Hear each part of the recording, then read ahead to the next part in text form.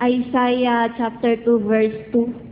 Chapter 2, verse 2, yung bundok ng bahay ng Panginoon, di ba? Opo. Ano ang tanong mo ron? Ang tanong ko po doon, yung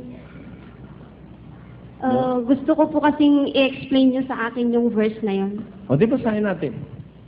At mangyayari sa mga huling araw na ang bundok ng bahay ng Panginoon ay matatatag sa taluktok ng mga bundok at magiging mataas sa mga burol.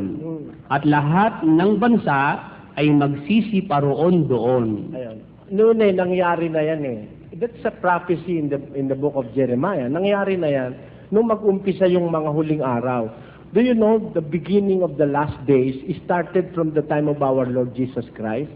Doon nag-umpisa yung last days ng Biblia. Pakinggan mo sa Hebreo 1:1. Ang Diyos na nagsalita ng unang panahon sa ating mga magulang sa iba't ibang panahon at sa iba't ibang paraan sa pamamagitan ng mga propeta ay nagsalita sa atin sa mga huling araw na ito sa pamamagitan ng kanyang anak. Kaya nung dumating yung kanyang anak, tinatawag na yun na last days. No? Doon pa nag-umpisa, naging yung bahay ng Panginoon, yung kanyang organisasyon, natatag sa ibabaw ng bundok at ang mga naging tanyag ito sa mga bansa. That happened in Jerusalem when the day of the Pentecost, during the day of the Pentecost, when there are so many nations of the world gathered in Jerusalem, doon sa panahon ng mga apostol. Nangyari na yan noon.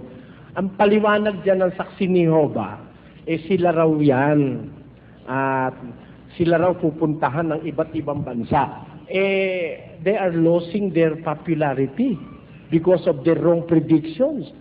2 billion, mga 2 milyon saksi ni Jehovah kumalog nung kanilang i-prophesy na magtatapos ng mundo, ang sistema ng mundo noong 1975. That is their fourth mistake.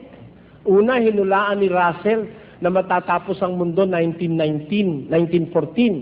Tapos naging 1923. Pagkatapos eto yun.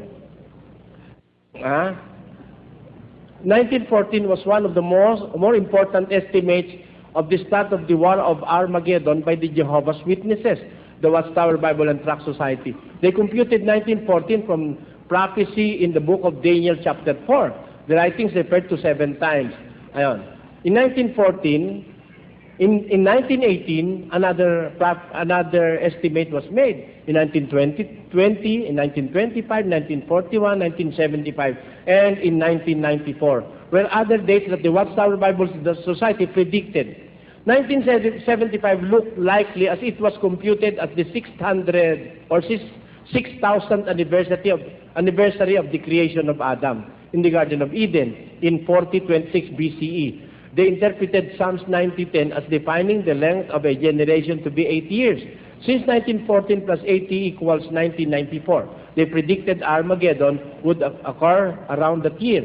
The latest estimate was 6,000 years after the creation of Eve, for which no date can be determined with any accuracy. Yan ang ginawa ng saksi ni Jehovah.